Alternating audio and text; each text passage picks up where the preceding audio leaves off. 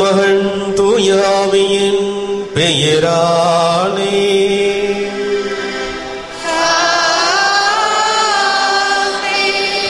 நம் ஆண்டவராகிய இயேசு கிறிஸ்துவின் அருளும் கடவுளின் அன்பும் பரிசுத்த ஆவியின் நட்புறவும் உங்கள் அனைவரோடும் இருப்பதாக.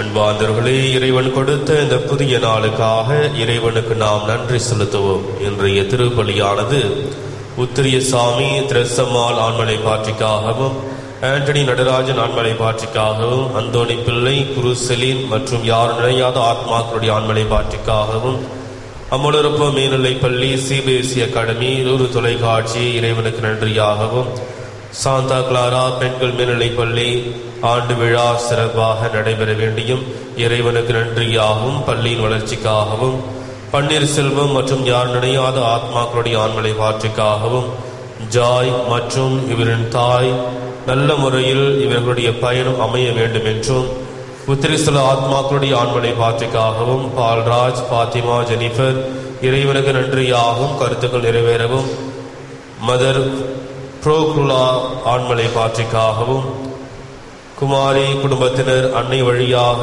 இறைவன் செய்த அனைத்து நன்மைகளுக்கு நன்றியாகவும், பிள்ளைகளுடைய நலனுக்காகவும், மகிமா காளிதாசி ஆண்மலை பாற்றிக்காகவும், தவமரி 16ஆம் நாள் நினைவு நாளில் இவருடைய ஆண்மலை பாற்றிக்காகவும், சினேஸ் 15வது பிறந்த நாளில் இறைவனுக்கு நன்றியாகவும் கருத்துக்கள் நிறைவேறவும் இறை ஆசிரியில் வளர வேண்டியும், மேலும் சிறப்பாக இத்திருப்பலில் பங்கெடுத்துள்ள நம் ஒவ்வொருவருடைய கருத்துக்களுக்காகவும், குடும்ப நலனுக்காகவும், உடல்நலத்துக்காகவும் சிறப்பாக இத்திருப்பலியில் மன்றாடும்.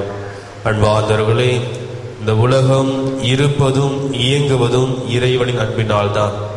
எப்பொழுது நாம் இறைவனின் அன்பை விட்டு பிரிகின்றோமோ அப்பொழுது இறந்தவர்களாக மாறிவிடுகின்றோம். இறைவனால் நாம் என்றுமே காப்பாற்ற முடிதலாக நம்மையே மாற்றிக்கொள்கின்றோம். எனவே இந்த இறை அன்பினால் என்றும் நாம் வாழ தேவையான ஆசீர்வாதனை, வழிகாட்டுதலை தூய ஆவின் வழியாக இறைவன் கொடுத்தருள வேண்டும் என்று இத்திருப்பலின் வழியாக மன்றாடுவோம். திருப்பலி ஒப்புக் கொடுக்க நாம் தகுதி பெறும் பொருட்டு நம்முடைய பாவங்களை ஏற்று மனவருந்தி இறைவனிடம் மன்னிப்பு வேண்டுவோம். இல்லாமல் இறைவனிடமும் சகோதர சகோதரிகளே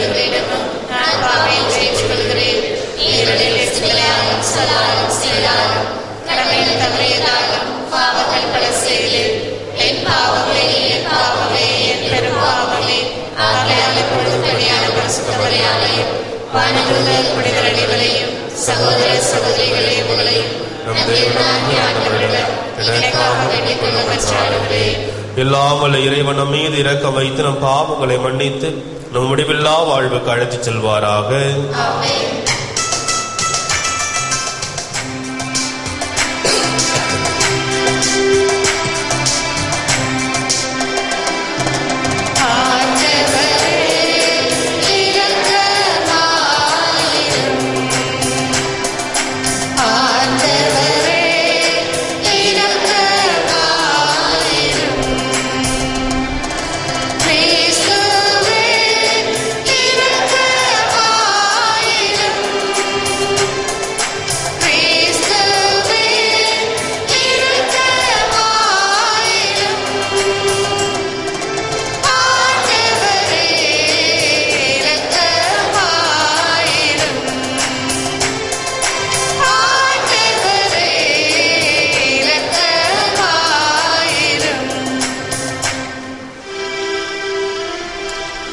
ஜெபிப்போமாக.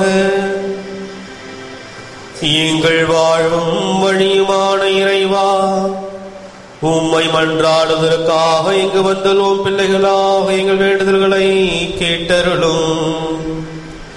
எங்கள் எண்ணங்களும் வாழ்க்கையில் நாங்கள் எடுக்கும் தீர்மானங்களும் உம்மிடமிருந்தே வருவனவாக. உம் பிள்ளைகளுக்கு உரிய தகுதியுடன் வாழ நாங்கள் செய்ய வேண்டியவற்றை அறியவும் அறிந்தவற்றை முனைந்து செயல்படுத்தவும் எங்களுக்கு ஆற்றல் அருள்வீராக. உம்மோடு தூய ஆவியின் ஒன்றைப்பில் இறைவனாய் என்றென்றும் வாழ்ந்து ஆட்சி செய்கின்ற எங்கள் ஆண்டவரும் உம் திருமகனுமாகிய இயேசு கிறிஸ்து வழியாக உம்மை மன்றாடுகின்றோம்.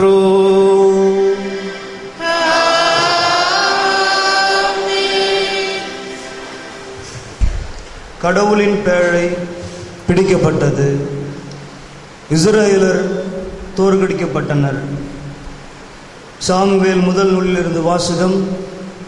அதிகாரம் 4. இறை வார்த்தைகள் 1 முதல் 11 முடிய. அந்நாள்களில் இஸ்ரவேலர் பெலிஸ்தியருக்கு எதிராக போர் தொடுத்து எபெனேசரில் பாளையம் இறங்கினர்.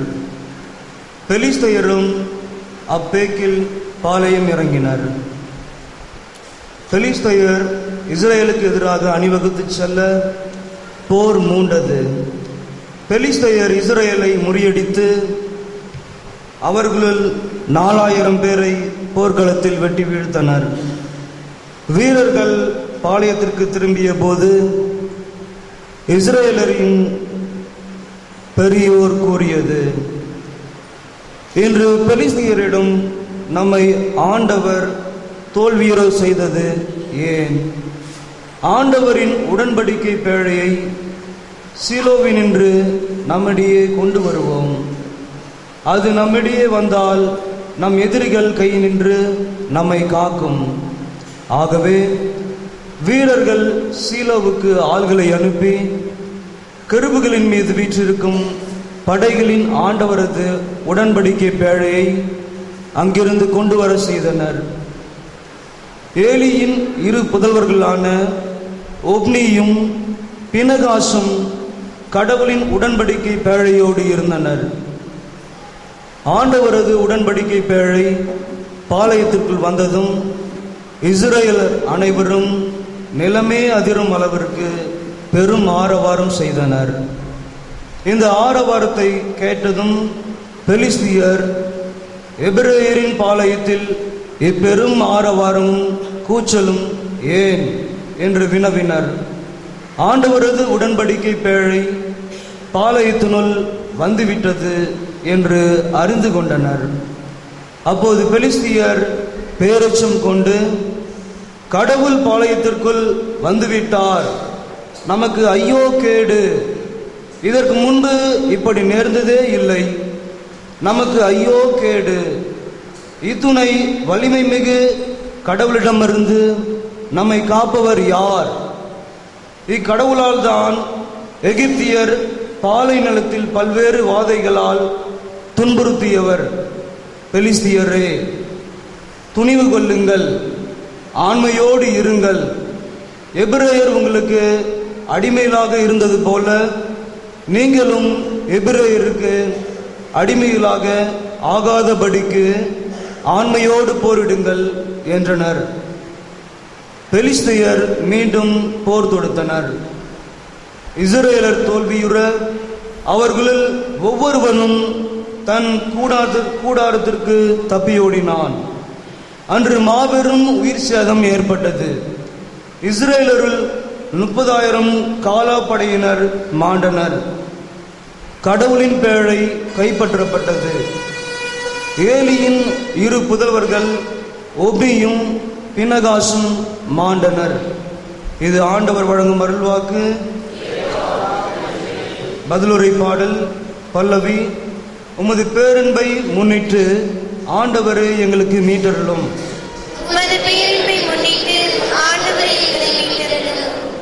இப்பொழுது நீர் எங்களை ஒதுக்கி தள்ளிவிட்டீர், இழிவுபடுத்திவிட்டீர். எங்கள் படைகளுடன் நீர் செல்லாதிருக்கின்றீர். எங்கள் பகைவருக்கு நாங்கள் புறங்காட்டி ஓடும்படி செய்தீர். எங்களை பகைப்போர் எங்களை கொள்ளையிட்டனர். பல்லவி. எங்களை அடுத்து வாழ்வோரின் பழிக்கு எங்களை ஆளாக்கினீர். எங்கள் சுற்றுப்புறத்தாரின் ஏளனத்துக்கும் இகழ்ச்சிக்கும் எங்களை உள்ளாக்கினீர். வேற்றினத்தாரிடையே எங்களை ஒரு பழி சொல்லாக்கினீர். ஏனைய மக்கள் எங்களை பார்த்து தலையசைத்து நகைக்கின்றனர். பல்லவி. உமது பேரின்மை முன்னிட்டு ஆண்டவரை எங்களை மீட்டருளும். என் தலைவா, கிளர்ந்தெழும், ஏன் உறங்குகின்றீர்? விழித்தெழும், எங்களை ஒருபோதும் ஒதுக்கி தள்ளிவிடாதேயும். நீர் உமது முகத்தை ஏன் மறைத்துக் கொள்கின்றீர்? எங்கள் சிறுமையையும் துன்பத்தையும் ஏன் மறந்து விடுகின்றீர்? பல்லவி. உமது பேரின்மை முன்னிட்டு ஆண்டவரை எங்களை மீட்டருளும்.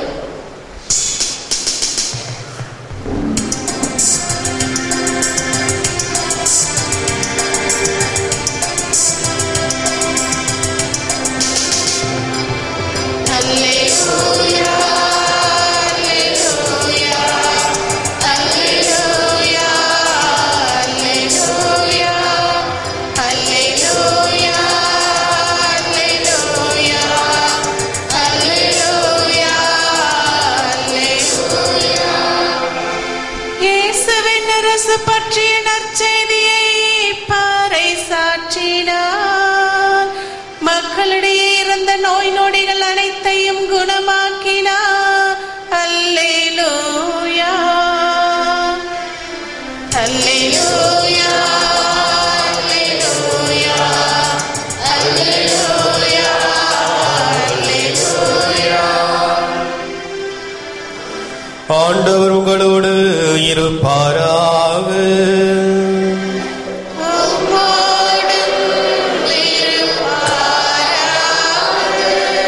புனிதமாக்கி எழுதிய நற்செய்தியிலிருந்து வாசகம்.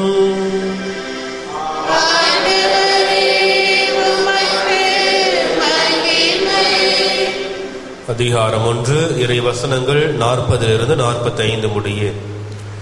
ஒரு நாள் தொழுநோயாளர் ஒருவர் இயேசுவிடம் வந்து, நீர் விரும்பினால் எனது நோயை நீக்க உம்மால் முடியும் என்று முழந்தாள் படியிட்டு வேண்டினார். இயேசு அவர் மீது பரிவு கொண்டு தமது கையை நீட்டி அவரை தொட்டு அவரிடம், நான் விரும்புகிறேன், உமது நோய் நீங்குக என்றார். உடனே தொழுநோய் அவரை விட்டு நீங்க அவர் நலமடைந்தார். பிறகு அவரிடம், இதை யாருக்கும் சொல்ல வேண்டாம், கவனமாயிரும். ஆனால் நீர் போய் உம்மை குருவிடம் காட்டி நோய் நீங்கியதற்காக மோசே கட்டளையிட்டுள்ள காணிக்கையை செலுத்தும். நீர் நலமடைந்துள்ளீர் என்பதற்கு அது சான்றாகும் என்று மிக கண்டிப்பாக கூறி உடனடியாக அவரை அனுப்பிவிட்டார். ஆனால் அவர் புறப்பட்டு சென்று இந்த செய்தியை எங்கும் அறிவித்து பரப்பி வந்தார்.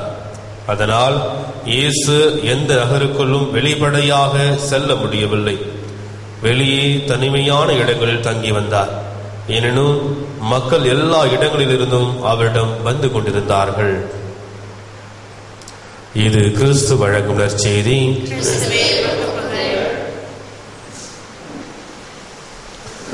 ஆண்டவராக இயேசு கிறிஸ்துவுக்கு பிரியமான சகோதர சகோதரர்களே, தனி மனித மாற்றமே சமுதாய மாற்றத்திற்கு வழிவகுக்கும். பல நேரங்களில் இந்த சமுதாயத்தில் இருக்கின்ற ஏற்றத்தாழ்வுகளை அல்லது தீமைகளை அல்லது சமுதாயத்தில் இருக்கின்ற கேடுகட்ட ஒரு சில செயல்களை பார்த்து எதற்காக இந்த சமுதாயம் இப்படி இருக்கிறது என்ற ஒரு கேள்வி எழுப்பியிருக்கலாம். ஆனால் இந்த சமுதாயத்திலே ஒரு மாற்றத்தை கொண்டு வர வேண்டும் என்றால் அது நம்மிடமிருந்து பிறக்க வேண்டும், தனி மனித வாழ்விலிருந்து பிறக்க வேண்டும். அதற்கு ஒரு சிறந்த எடுத்துக்காட்டு ஆண்டவர் இயேசு கிறிஸ்து. ஏனென்றால் யூத சமுதாயம் இந்த தொழுநோய் பிடித்த மனிதர்களை பற்றி ஒரு சில சட்டங்களை ஏற்றி வைத்திருந்தது. அவர்கள் ஓரங்கட்டப்பட்டவர்கள், ஒடுக்கப்பட்டவர்கள், ஊருக்குள் வரக்கூடாது. அப்படி ஊருக்குள் வந்தாலும் தங்களுடைய கைகளில் இருக்கின்ற மணியை அடித்துக் கொண்டுதான் உள்ளே வர வேண்டும், தீட்டு தீட்டு என்று கத்திக்கொண்டே வர வேண்டும் என்ற பல்வேறு சட்டங்களை ஏற்றி அவர்களை ஓரம் கட்டி வைத்திருந்தார்கள். ஆனால் அப்படிப்பட்ட சமுதாயத்தில் பிறந்த ஆண்டவர் இயேசு கிறிஸ்து தன்னிடமிருந்து ஒரு மாற்றத்தை வெளிப்படுத்துகின்றார். சமுதாயத்தினுடைய மாற்றத்திற்காக ஒரு புதிய முறையில் ஒரு செயலை செய்கின்றார். இந்த யூத சமுதாயம் சொல்லுகின்றது அவர்களை தொடாதே என்று சொல்லுகிறது. ஆனால் ஆண்டவர் இயேசு கிறிஸ்து தொழுநோய் பிடித்த மனிதனை தொட்டு குணமாக்குகின்றார். அன்புக்குரியவர்களே, தொழுதல் என்பது எதை குறிக்கிறது என்றால், நான் உன்னை அன்பு செய்கின்றேன் என்பதை வெளிக்காட்டும் விதமாக ஆண்டவர் இயேசு கிறிஸ்து அந்த மனிதனை தொடுகின்றார். யூத சமுதாயம் சொல்லுகின்றது அவரிடம் பேசாதே என்று சொல்லுகின்றது. ஆனால் ஆண்டவர் இயேசு கிறிஸ்து சொல்லுகின்றார், உமது நோய் நீங்கிற்று என்று சொல்லி அவரிடம் பேசுகின்றார்.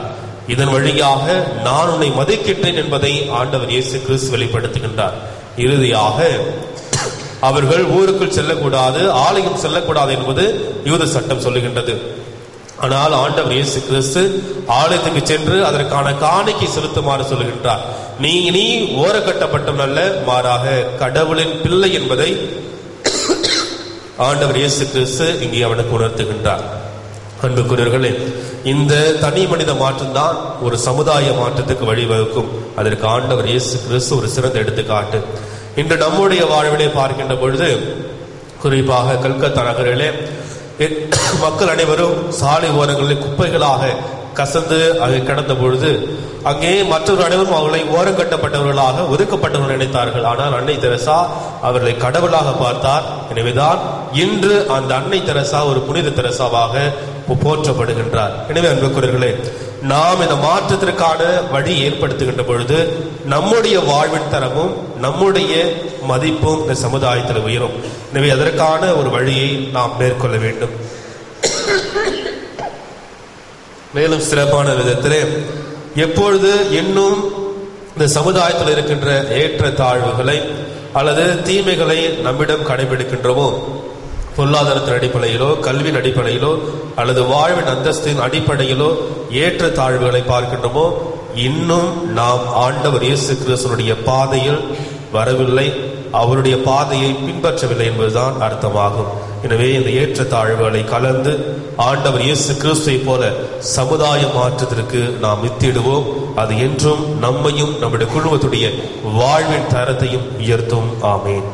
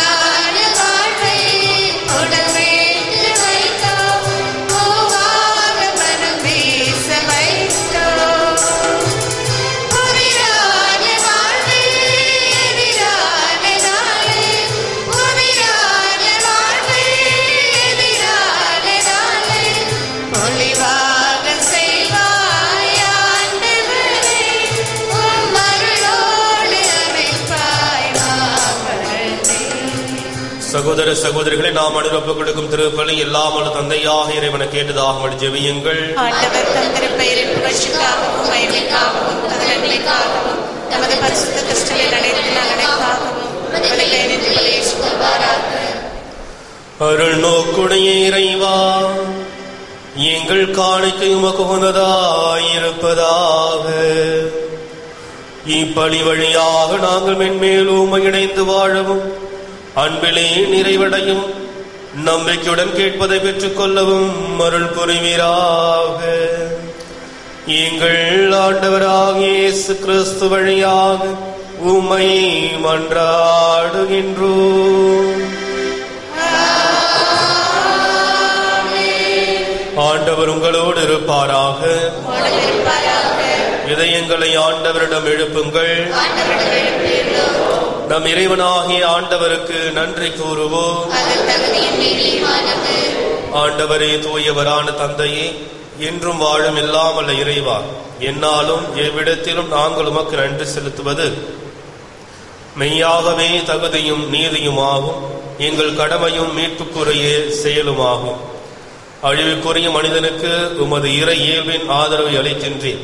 மேலும் மனித இயல்பையே பிணிப்போக்கு மருந்தாக பயன்படுத்தி நாங்கள் எவ்வழி கேடுற்றோமோ அவ்வழியே ஈடேற்றம் பெறவும் நீங்கள் ஆண்டவராகிய கிறிஸ்து வழியாக ஏற்பாடு செய்கின்றேன். இவை அனைத்தாலும் அளவற்ற உமது மாட்சிமை மனிதர் முன் மாண்புறுவதை உணர்கின்றோம். மகத்துவ திருமுன் மகிழ்ந்து நிற்கும் வானக தூதரணி கிறிஸ்து வழியாகவே பணிந்து உம்மை வணங்குகின்றது. அவர்களோடு எங்கள் குரலையும் சேர்த்துக் கொள்ளுமாறு நாங்கள் உம்மை தாழ்வுடன் இறைஞ்சி புகழ்ந்து அக்களித்து சொல்வதாவது: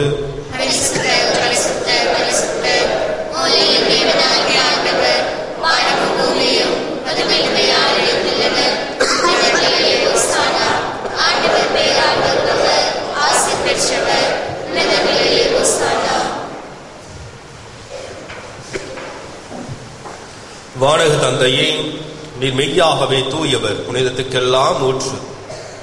ஆகவே உடைய தூய ஆவியை பொழிந்து இக்காணிக்கைகளை புனிதப்படுத்த வேண்டும் என உம்மை மன்றாடுகிறோம்.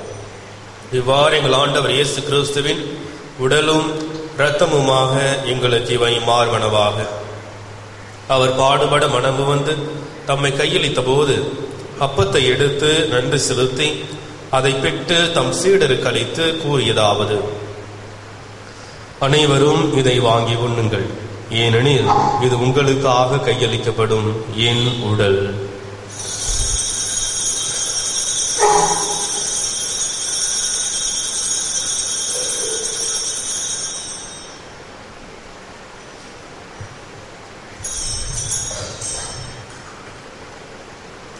அவ்வனமே உணவருந்திய பின் கிண்ணத்தை எடுத்து நன்றி செலுத்தி தம் சீடருக்கு அளித்து அவர் கூறியதாவது: அனைவரும் இதை வாங்கி பருகுங்கள், ஏனெனில் இது புதிய நித்திய உடன்படிக்கைக்கான என் இரத்தம். இது பாவ மன்னிப்புக்கென்று உங்களுக்காகவும் எல்லாருக்காகவும் சிந்தப்படும். இதை நினைவாக செய்யுங்கள்.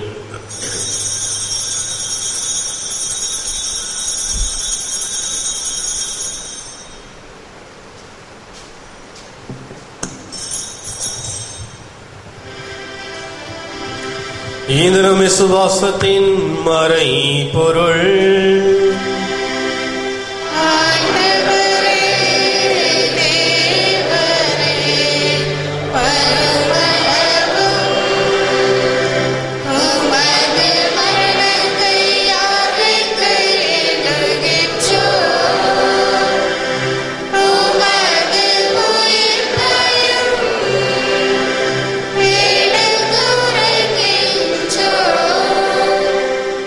ஆகவே இறைவா, நாங்கள் கிறிஸ்துவின் இறப்பையும் உயிர்ப்பையும் நினைவு கூர்ந்து வாழ்வதரும் அப்பத்தையும் மீட்பளிக்கும் கிண்ணத்தையும் உமக்கு ஒப்புக் கொடுக்கின்றோம்.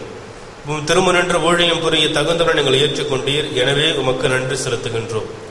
மேலும் கிறிஸ்துவின் உடலிலும் இரத்தத்திலும் பங்கு கொள்ளும் எங்களை தூய ஆவி ஒன்று சேர்க்க வேண்டும் என உம்மை தாழ்மையுடன் மன்றாடுகின்றோம்.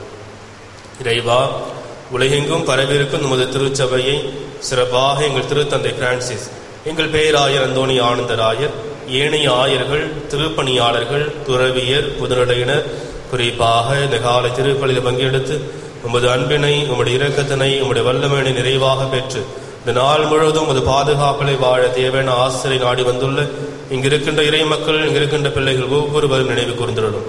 அன்பின் தேவனே, உம்முடைய ஆசீர்வாதத்தையும் உம்முடைய பிரசன்னத்தை கண்டு அவற்றின் வழியாக நிறைவடைவதற்காக இத்திருப்பலியை தொலைக்காட்சியின் வழியாக, இணையதளத்தின் வழியாக காண்கின்ற ஒவ்வொரு இறை மக்களையும் நினைவு கூர்ந்தருளும்.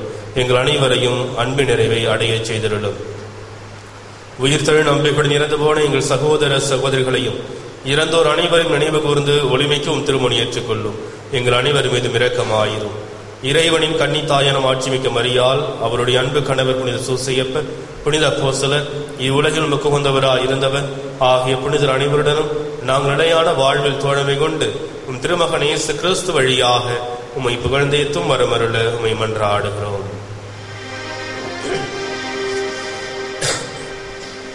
இவர் வழியாக, இவர் ஓடு, இவரில் எல்லாம் வல்ல இறைவனாகிய தந்தையே, தூய ஆவியின் ஒன்றைப்பில் எல்லா புகழும் ஆட்சியும் என்றென்றும் உமக்கு உரியதே.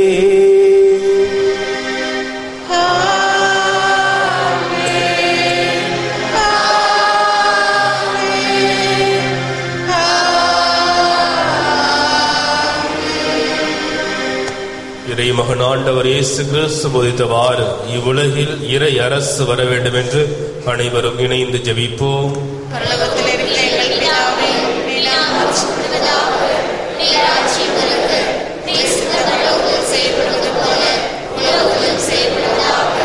எங்கள் அன்றாட உணவை எங்களுக்கு இன்று அளிக்கிறோம்.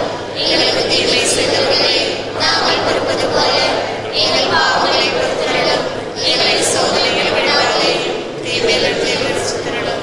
ஆண்டவரே, தீமை அனைத்திலிருந்தும் எங்களை விடுவித்து எங்கள் வாழ்நாளில் அமைதியை கனிவுடன் அருள உம்மை மன்றாடுகிறோம். உமது இரக்கத்தின் உதவியால் நாங்கள் பாவத்திலிருந்து எப்போதும் விடுதலை பெற்று யாதொரு கலக்கமின்றி நலமாயிருக்குமாக. நாங்கள் நம்பியிருக்கும் பேரின்ப வாழ்வையும் எம் மீட்பராக இயேசு கிறிஸ்துவின் வருகையையும் மகிழ்ச்சியுடன் எதிர்பார்த்திருக்கின்றோம். ஏனெனில் அரசு வல்லமையும் ஆட்சியும் என்றென்றும் உமதே. ஆண்டவராக இயேசு கிறிஸ்துவே, அமைதியை உங்களுக்கு விட்டுச் செல்கின்றேன், என் அமைதியையும் உங்களுக்கு அளிக்கின்றேன் அப்போஸ்தலருக்கு மொழிந்தீரே. எங்கள் பாவங்களை பாராமல் உமது திருச்சபையின் விசுவாசத்தையே கண்ணோக்கி எங்களுக்கு அமைதியையும் ஒற்றுமையும் அளித்துள்ள திருவுளம் கொள்வீராக. என்றென்றும் வாழ்ந்து ஆட்சி செய்கின்றவர் நீரே. ஆமென். ஆண்டவருடைய சமாதானம் உங்கள் அனைவரோடும் இருப்பதாக. உம்மோடும் இருப்பதாக. ஒருவருக்கொருவர் சமாதானம் தெரிவித்து மகிழ்வோம். சமாதானம். உலகின் பாவங்களை போக்கும் இறைவனின் சமரியே எங்கள் மேல் இரக்கமாயிரும். உலகின் பாவங்களை போக்கும் இறைவனின் சமரியே எங்கள் மேல் இரக்கமாயிரும்.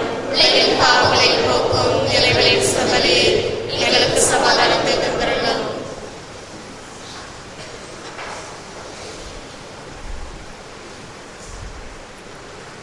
இதோ இறைவனின் செம்மறி, இதோ உலகின் பாவங்களை போக்குகின்றவர், இதோ தன்னையே கொடுப்பதன் வழியாக நம்முடைய வாழ்வின் மாற்றத்திற்கு வழி செய்கின்ற ஆண்டவராக இயேசு கிறிஸ்து. இவருடைய விருந்துக்கு அழைக்க பெற்ற அனைவருமே பேறு பெற்றோர். ஆண்டவரே, தேவரே, என்னுடைய இவரை நான் தகுதியற்றவர். ஆனால் ஒரு வார்த்தை மட்டும் சொல்லியருளும், எனது ஆத்மா குணமடையும்.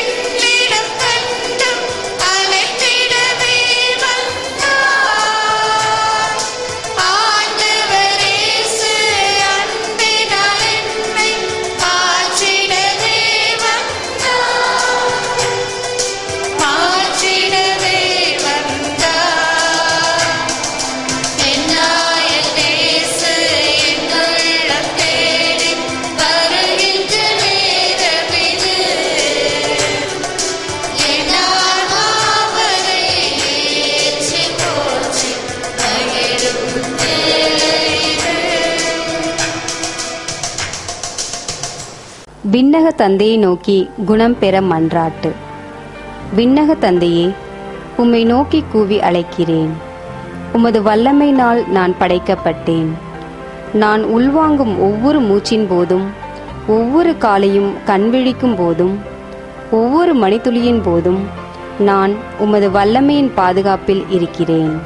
தந்தையே, அதே வல்லமையில் நீர் என்னை தொட வேண்டும் என மன்றாடுகிறேன். ஒன்றுமில்லாமையில் இருந்து என்னை உருவாக்கிய நீர் மீண்டும் என்னை புது படைப்பாக்க உம்மால் கூடும். உமது தூய ஆவியின் குணப்படுத்தும் வல்லமையால் என்னை நிரப்பும். என்னிடம் இருக்கத்தகாதவற்றை அகற்றி அருளும். உடைந்தவை உருப்பெறச் செய்தருளும். நோயுற்ற செல்களை வேரோடு பிடுங்கி எறிந்துவிடும். அடைப்பட்ட நாளங்களையும் நரம்புகளையும் திறந்துவிடும். பாதிப்புகளை சீர் செய்தருளும். அத்தனை அலர்ஜிகளையும் அகற்றி அருளும். எல்லாவிதமான நச்சுத்தன்மைகளையும் சுத்தப்படுத்தி அருளும். உமது குணமாக்கும் அன்பை என் உடலுக்குள் புகுத்தி அருளும். அதனால் நலம் குன்றிய இடங்கள் எல்லாம் புத்துயிர் பெறட்டும். இதனால் நீர் உருவாக்கியது போலவே எனது உடல் செயல்படச் செய்தருளும். எனவே தந்தையே, என் உள்ளத்துக்கும் உடலுக்கும் முழு நலனை தாரும். இதனால் எஞ்சியுள்ள எனது வாழ்நாளில் உமக்கு உகந்தவனாக நான் பணிபுரிவேனாக. இவற்றையெல்லாம் உமது அன்பு மகனும் எங்கள் ஆண்டவருமான இயேசு கிறிஸ்துவின் பெயரால் உம்மை மன்றாடுகிறோம். ஆமென்.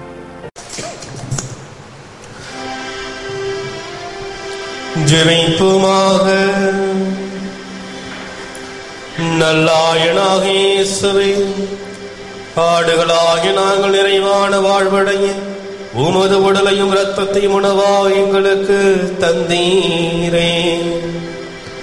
இந்த உமது உணவால் புது வாழ்வு பெற்ற நாங்கள் உமக்கு ஏற்ற நெறியில் நடந்து தகுந்த பணிபுரிய செய்தரணும். என்றென்றும் வாழ்ந்து ஆட்சி செய்கின்றவர் நீரே.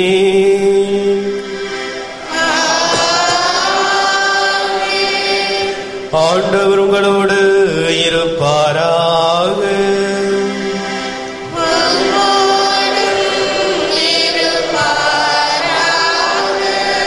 எல்லாம் வல்ல இறைவன் தந்தை, மகன், தூய ஆவி உங்கள் அனைவரையும் ஆசீர்வதிப்பாராக.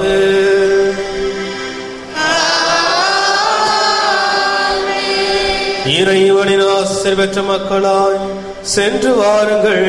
திருப்பலி நிறைவேறிற்று.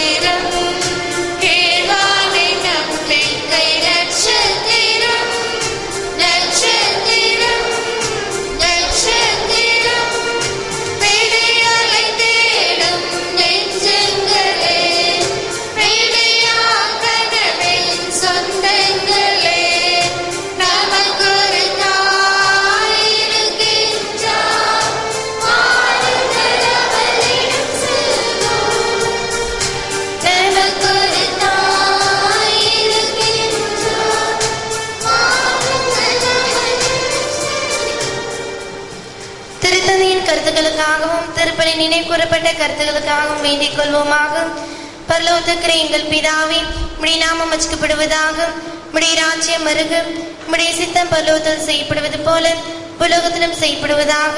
எங்கள் அன்பின் உணவை எங்களுக்கு செய்திருளும். எங்களுக்கு செய்தவர்களை நாங்கள் பொறுப்பது போல எங்கள் பாவங்களை பொறுத்திருளும். எங்களை சோதனையில் விடாதேயும் தீமையிலிருந்து எங்களை சுதந்திரளும். ஆமென். அருள் நிறைந்த மரியே வாழ்க, கர்த்தர் உம்முடனே, பெண்களுக்குள் ஆசீர்வதிக்கப்பட்டவர் நீரே. உம்முடைய திருவயிற்றின் கனியாகிய இயேசுவும் ஆசீர்வதிக்கப்பட்டவரே. அச்சிஷ்ட மரியாயே, இயேசுவே மாதாவே, பாவிகளான எங்களுக்காக இப்பொழுதும் எங்கள் மரண நேரத்தில் வேண்டிக் கொள்ளும். ஆமென். பிதாக்கும் சுதனுக்கும் பரிசுத்த ஆவிக்கும் மகிமை உண்டாவதாக. ஆதிருந்தது போல இப்பொழுதும் எப்பொழுதும் என்று ஜெபப்பதாக. ஆமென். இயேசுவின் மதுரமான திருஹிருதயமே, ஈஸ்வரியுமாயிரும். மரியாயின் மாசற்ற திருஹிருதயமே, இரட்சணியுமாயிரும். புனித சூசையப்பரே, எங்களுக்காக வேண்டிக் கொள்ளும். புனித குழந்தை இயேசுவின் தரிசமாளி, எங்களுக்காக வேண்டிக் கொள்ளும். எங்கள் பாதுகாவலான சகல சமணசுகளே, எங்களுக்காக வேண்டிக் கொள்ளுங்கள். இயேசு மரி சூசை, எங்களை இரட்சியும்.